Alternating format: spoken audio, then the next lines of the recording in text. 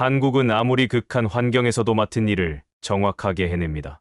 이제 믿을 것은 한국밖에 없어요. 3년에 걸친 전쟁으로 이미 회복하기 어려울 만큼 망가진 러시아에서는 공공연하게 이런 말들이 나오고 있다고 합니다. 과연 지금 러시아의 이런 절박한 심정은 무엇 때문에 한국을 향하고 있는 것일까요? 지금부터 그 속사정을 적나라하게 들어보겠습니다. 이야기를 시작하기 전에 구독과 좋아요는 이미 눌러주셨죠? 감사합니다. 그럼 이야기를 시작합니다. 제 연구실 창문에서 바라보는 모스크바의 겨울은 언제나 매섭습니다. 오늘도 영하 20도를 넘나드는 추위 속에서 크렘린궁의 붉은 벽이 눈 속에 더욱 선명하게 빛나고 있습니다. 저는 모스크바 국립대학교 국제관계학 교수이자 유라시아 전략연구소 소장 알렉산더 김입니다. 제 할아버지는 연해주에서 스탈린 시대에 중앙아시아로 강제 이주된 고려인이셨습니다. 그 시절 많은 고려인들이 겪었던 시련을 저희 가족도 피해갈 수 없었지요. 어제 저녁 흥미로운 일이 있었습니다. 러시아 외교부의 고위 관계자가 제 연구실을 방문했습니다. 그는 커피를 마시며 조심스럽게 물었습니다. 알렉산더 교수님, 전쟁이 끝나면 러시아의 재건을 위해 어느 나라와 가장 먼저 협력해야 할까요? 저는 잠시 생각하다가 단호하게 대답했습니다. 대한민국입니다. 그의 눈이 반짝였습니다. 저도 그렇게 생각합니다. 푸틴 대통령도 같은 생각이라고 들었습니다. 이것은 단순한 대화가 아닙니다. 러시아의 핵심 권력층이 현재 진지하게 고민하고 있는 문제입니다. 왜 러시아가 미국과 서방의 제재 속에서도 한국을 주목하고 있을까요? 왜 러시아는 한국을 슈퍼갑으로 인식하고 있을까요? 오늘 저는 러시아 내부에서 바라보는 한국의 위상과 가치에 대해 여러분께 솔직히 말씀드리고자 합니다. 제가 30년 넘게 국제관계를 연구하며 깨달은 것이 있습니다. 세계의 강대국들은 언제나 자국의 이익을 위해 움직입니다. 러시아도 예외가 아닙니다. 그런데 지금 러시아가 한국을 필요로 한다는 사실, 이것은 결코 우연이 아닙니다. 1990년대 초 제가 처음 한국을 방문했을 때를 생각해 봅니다. 당시 한국은 빠르게 성장하고 있었지만 아직 세계 무대에서 주목받는 국가는 아니었습니다. 그러나 불과 30년 만에 한국은 세계가 부러워하는 나라가 되었습니다. 원조를 받던 나라에서 원조를 주는 나라로, 기술을 배우던 나라에서 기술을 가르치는 나라로 변모했습니다. 특히 러시아와의 관계에서는 슈퍼갑이라 할 수 있습니다. 러시아 우크라이나 전쟁이 언젠가 끝나면 러시아는 재건을 위해 한국의 도움을 절실히 필요로 할 것입니다. 이것은 제 개인적인 예측이 아닌 러시아 정부 내부에서 이미 논의되고 있는 사실입니다. 크렘린궁 내부 회의에서 한 고위 관료가 이런 말을 했다고 합니다. 우리가 서방과 관계를 회복하는 데는 수십 년이 걸릴 것이다. 그동안 우리는 동쪽으로 눈을 돌려야 한다.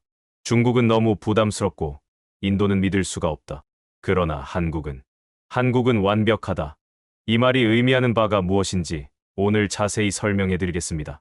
한반도는 역사적으로 강대국들 사이에서 고난을 겪어왔습니다. 그러나 이제 상황이 바뀌었습니다. 제가 모스크바 국립대학교에서 강의를 할 때마다 학생들에게 묻는 질문이 있습니다. 세계 최고의 건설 기술을 보유한 나라는 어디인가? 대부분의 학생들은 미국이나 독일, 일본을 이야기합니다. 그때마다 저는 미소를 지으며 말합니다. 그것은 대한민국입니다. 러시아의 고위 정책 결정자들 사이에서는 이미 공공연한 사실입니다. 한국의 건설 및 엔지니어링 기술은 세계 최고 수준입니다. 이것은 과장이 아닙니다. 두바이의 부르즈 칼리파, 말레이시아의 페트로나스 트윈타워, 파나마 운하 확장 공사, 사우디아라비아의 리야드 메트로 등 세계 곳곳의 초대형 프로젝트에서 한국 기업들의 기술력은 이미 증명되었습니다. 제가 크렘린궁에서 열린 한비공개 회의에 참석했을 때의 일입니다. 러시아 국방부 고위 관계자가 이런 말을 했습니다. 우리는 세계에서 가장 넓은 영토를 가지고 있지만 그것을 제대로 개발할 능력이 부족하다. 우크라이나 전쟁 이후 재건 과정에서 한국의 건설 기술은 우리에게 절대적으로 필요하다. 러시아는 현재 심각한 건설 인프라 부족에 시달리고 있습니다. 소련 붕괴 이후 러시아의 건설 산업은 크게 쇠퇴했습니다. 특히 첨단 기술이 필요한 대형 프로젝트를 수행할 능력이 현저히 부족합니다. 반면 한국은 어떻습니까? 한국은 불과 수십 년 만에 세계 최고의 건설 강국으로 올라섰습니다. 1970년대와 80년대, 많은 한국 건설 노동자들이 중동의 뜨거운 사막에서 피와 땀을 흘렸습니다. 당시 그들은 단순 노동자로 시작했지만 이제 한국 기업들은 프로젝트의 설계부터 시공, 감리까지 전 과정을 주도하는 메인 컨트랙터가 되었습니다. 이것은 기적과도 같은 변화입니다. 러시아 국영건설회사의 한 임원이 저에게 고백한 적이 있습니다. 우리는 한국 건설 기술자들의 문제 해결 능력에 깊은 인상을 받았습니다. 그들은 불가능해 보이는 상황에서도 항상 해결책을 찾아냅니다. 이것이 바로 러시아가 한국의 건설 기술에 주목하는 이유입니다. 특히 극한의 환경에서의 건설 능력은 한국이 세계 최고 수준입니다. 영하 40도의 시베리아에서도 영상 50도의 중동 사막에서도 한국 기업들은 뛰어난 성과를 보여왔습니다. 러시아의 혹독한 기후 조건에서 인프라를 구축할 수 있는 국가는 많지 않습니다. 한국은 그 몇 안 되는 나라 중 하나입니다. 지난해 푸틴 대통령이 극동 개발 회의에서 언급한 말이 있습니다. 우리의 극동 지역 개발에는 세계 최고의 기술력이 필요하다. 한국은 우리가 배워야 할 모델이다. 이 발언은 러시아 내부에서 큰 반향을 일으켰습니다. 왜냐하면 푸틴 대통령이 공개적으로 다른 나라를 모델로 언급하는 경우가 극히 드물기 때문입니다. 우리가 전쟁에서 얻은 영토를 실질적인 자산으로 만들려면 대규모 재건 사업이 필요하다. 이 과정에서 한국의 참여는 필수적이다. 이것은 우크라이나 점령지뿐만 아니라 러시아 본토의 노후화된 인프라 개선에도 해당됩니다. 특히 주목할 점은 한국 건설 기업들의 종합적인 역량입니다. 설계부터 자재 조달, 시공, 감리, 유지 보수에 이르기까지 전 과정을 아우르는 능력은 세계 어느 나라도 따라올 수 없습니다. 러시아의 건설 관계자들은 이러한 한국의 턴키 방식, 프로젝트 수행 능력에 깊은 인상을 받았습니다. 제가 러시아 외교부에서 일했던 시절의 일입니다. 당시 러시아 외교관들 사이에서는 이런 농담이 있었습니다. 중국은 우리의 형제이고 인도는 먼 사촌이며 한국은 부자 이웃이다. 이 농담에는 깊은 의미가 담겨 있습니다. 러시아가 한국을 바라보는 시선이 고스란히 드러나 있기 때문입니다. 러시아가 한국에 주목하는 이유는 무엇일까요? 왜 러시아는 수많은 국가 중에서 한국을 특별히 슈퍼갑으로 인식하고 있을까요?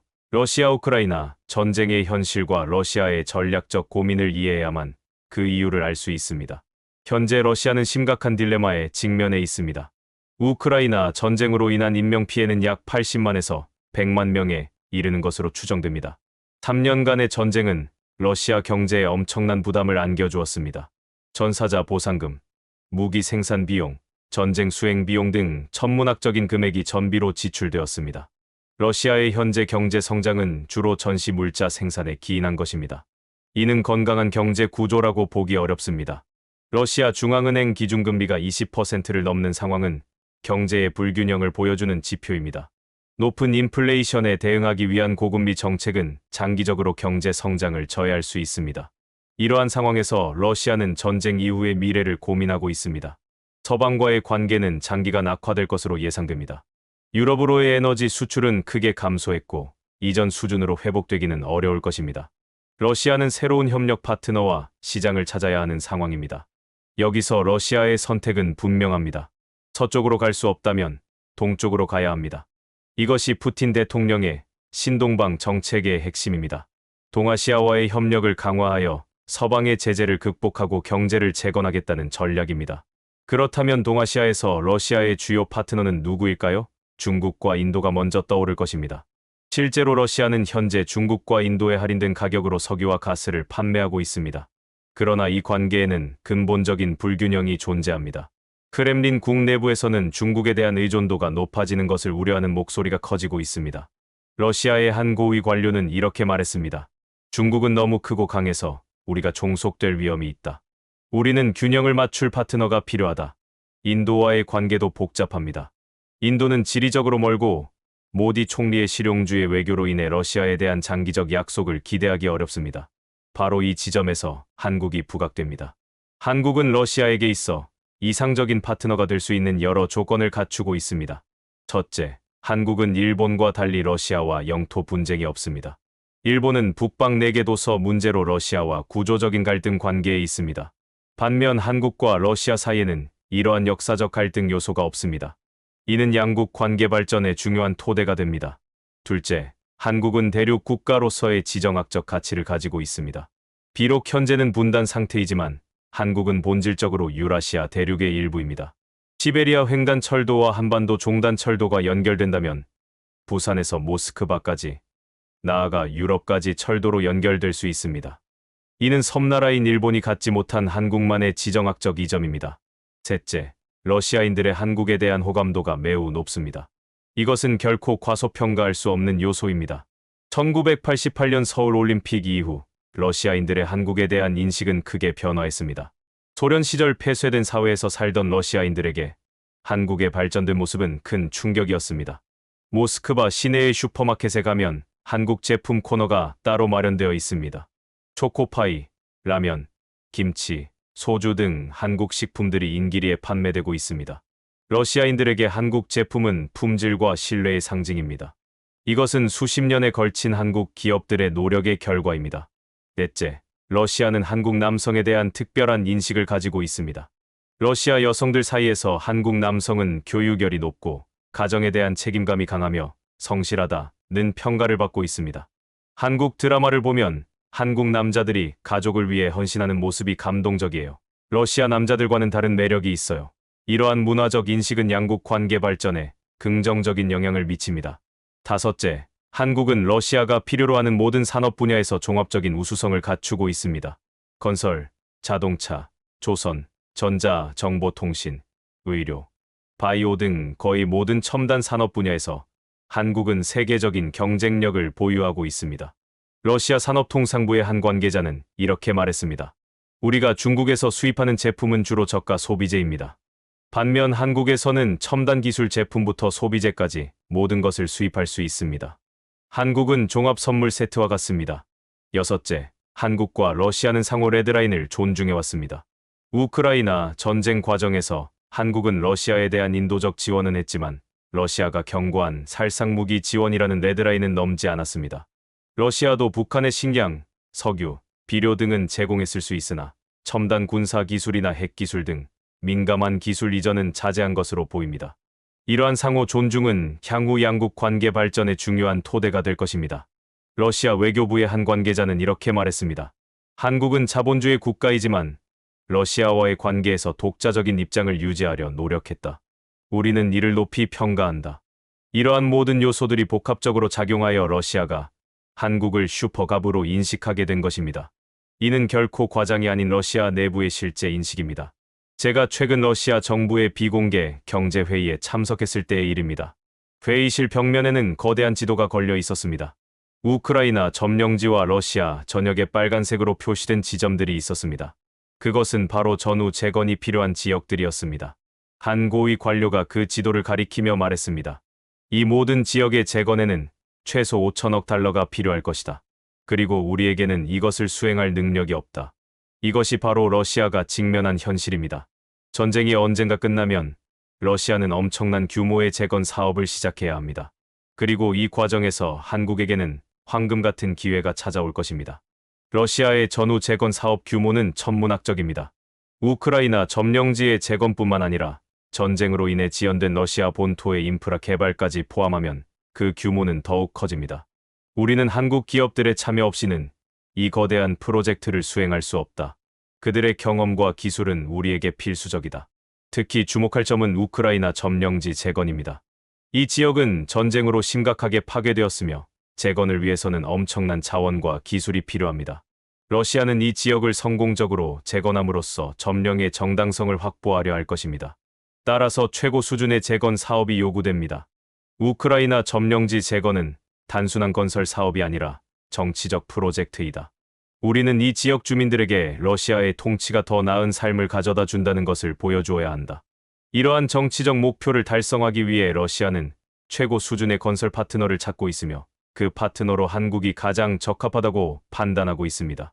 이것은 한국 기업들에게 엄청난 경제적 기회를 의미합니다.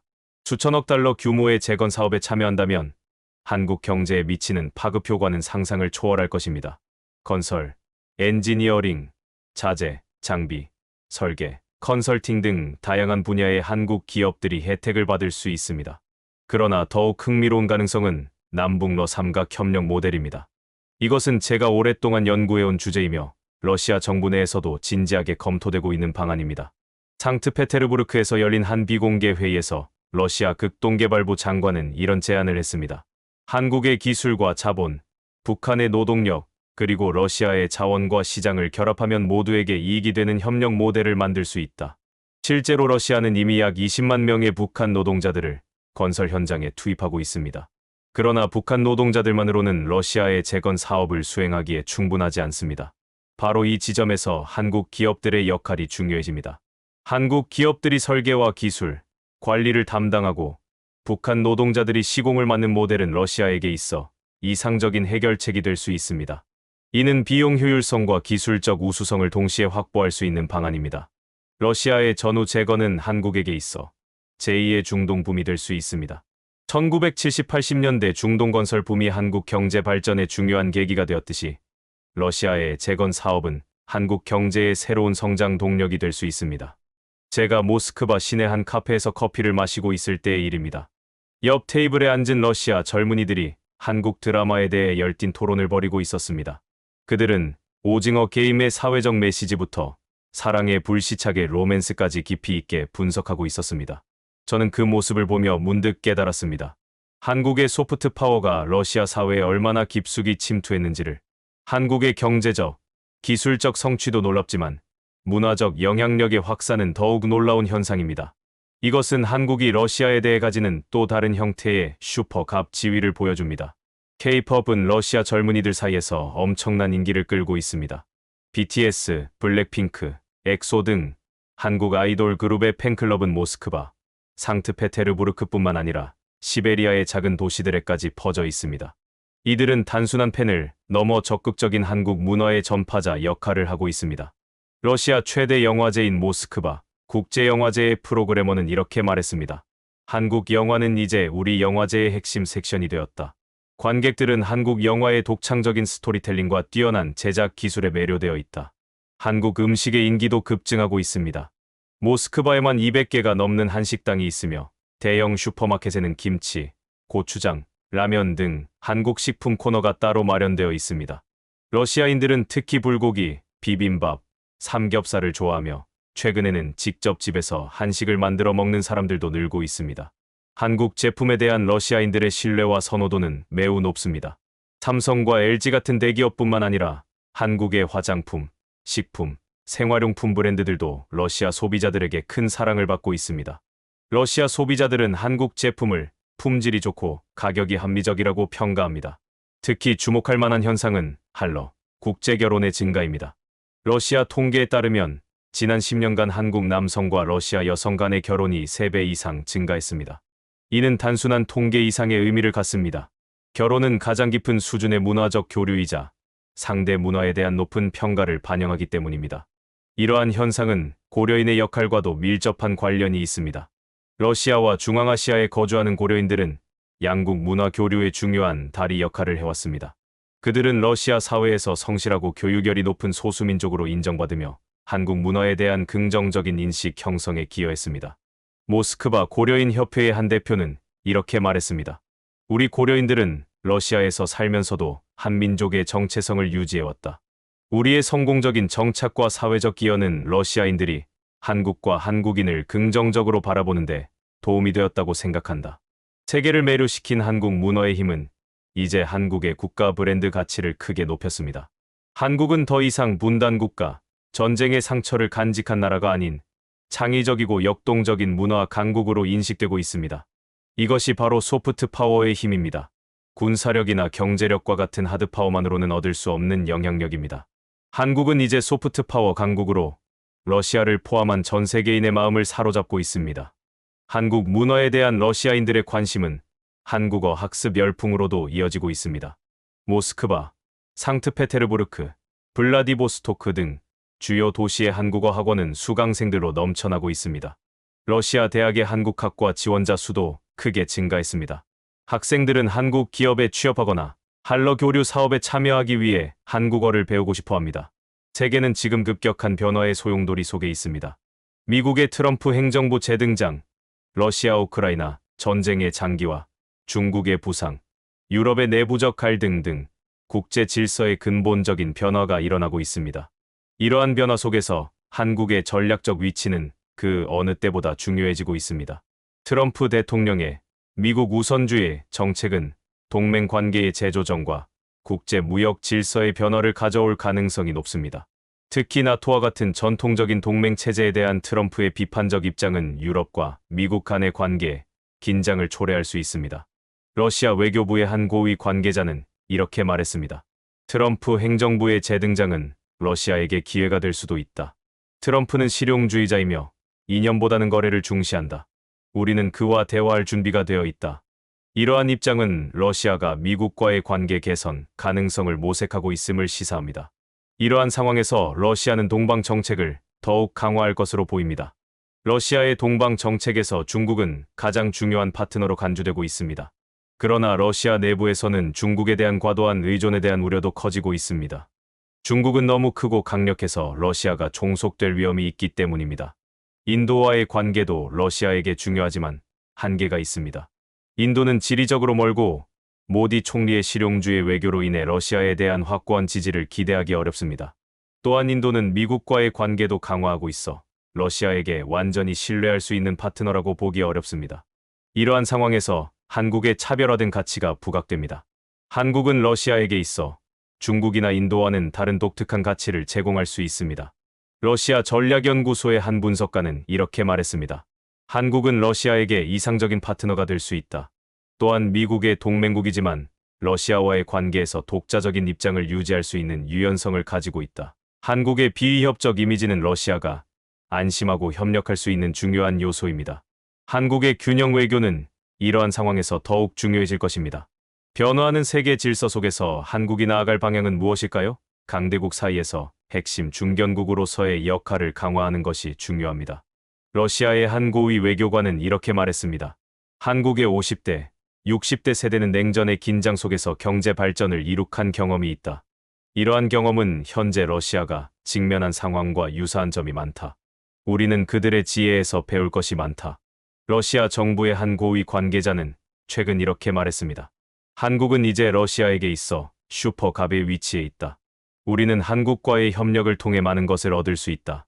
이것은 우리의 필요에 의한 것이지만 동시에 한국의 성취에 대한 인정이기도 하다. 오늘 제가 모스크바의 겨울 풍경으로 이야기를 시작했던 것을 기억하실 겁니다. 지금 창밖을 보니 눈이 더 많이 내리고 있습니다. 러시아의 겨울은 춥고 길지만 그 끝에는 항상 봄이 옵니다. 국제 관계도 마찬가지입니다. 지금은 러시아 우크라이나 전쟁으로 인한 긴 겨울이 계속되고 있지만 언젠가는 봄이 올 것입니다. 그리고 그 봄의 시작에 러시아가 가장 먼저 손을 내밀 나라는 바로 대한민국일 것입니다. 오늘 우리는 왜 러시아가 한국을 슈퍼갑으로 인식하는지, 그리고 그것이 한국에게 어떤 의미를 갖는지에 대해 이야기했습니다. 한국이 슈퍼갑으로 인정받는 이 시대의 의미를 깊이 생각해 봅시다. 불과 70년 전, 한국은 전쟁의 폐허 속에서 세계 최빈국 중 하나였습니다. 30년 전만 해도 한국은 국제 무대에서 주목받지 못하는 나라였습니다. 그러나 지금 한국은 세계 10위권의 경제 대국이자 문화적 영향력을 전 세계에 미치는 소프트 파워 강국이 되었습니다. 이제 한국은 더 이상 도움을 받는 나라가 아니라 도움을 주는 나라가 되었습니다. 배우는 나라가 아니라 가르치는 나라가 되었습니다. 이것은 인류 역사에서도 매우 드문 자랑스러운 성취입니다. 러시아와의 협력은 한국에게 새로운 도약의 기회가 될 수 있습니다. 우리는 지금 역사의 중요한 전환점에 서 있습니다. 세계 질서가 재편되는 이 시기에 한국은 그 어느 때보다 중요한 역할을 할 수 있습니다. 강대국들 사이에서 균형을 유지하면서 자국의 이익을 지키고 세계 평화와 번영에 기여하는 국가로 자리매김할 수 있습니다. 러시아를 포함한 많은 국가들이 한국과의 협력을 원하고 한국의 경험에서 배우기를 원합니다. 이것은 여러분이 이룩한 위대한 성취의 결과입니다. 러시아의 한 경제학자는 이렇게 말했습니다. 한국은 위기 극복의 달인이다. 그들은 항상 위기를 새로운 도약의 기회로 활용했다. 이것은 우리가 배워야 할 중요한 교훈이다. 오늘 제가 여러분께 전하고 싶은 메시지는 분명합니다. 여러분이 만든 대한민국, 이제는 세계의 중심에 서 있습니다. 러시아를 포함한 세계 각국이 한국을 필요로 하고 한국과 협력하기를 원합니다. 이것은 여러분의 자랑스러운 유산이며 미래 세대에게 물려줄 소중한 자산입니다. 감사합니다. 알렉산더 김 교수님의 소중한 증언 어떠셨습니까? 저 역시 이 내용을 처음 들었을 때 가슴이 뭉클했습니다. 우리 부모님 세대가 흘리신 땀과 눈물이 이제 세계 강대국들에게 인정받는 모습을 보니 말입니다. 러시아가 한국을 슈퍼갑으로 인식한다는 사실은 단순한 칭찬이 아닌 우리 대한민국의 실력과 저력에 대한 인정입니다. 이 영상이 많은 분들께 자긍심과 희망을 드렸기를 바랍니다. 여러분의 소중한 의견도 댓글로 남겨주시기 바랍니다. 오늘도 시청해주셔서 감사합니다.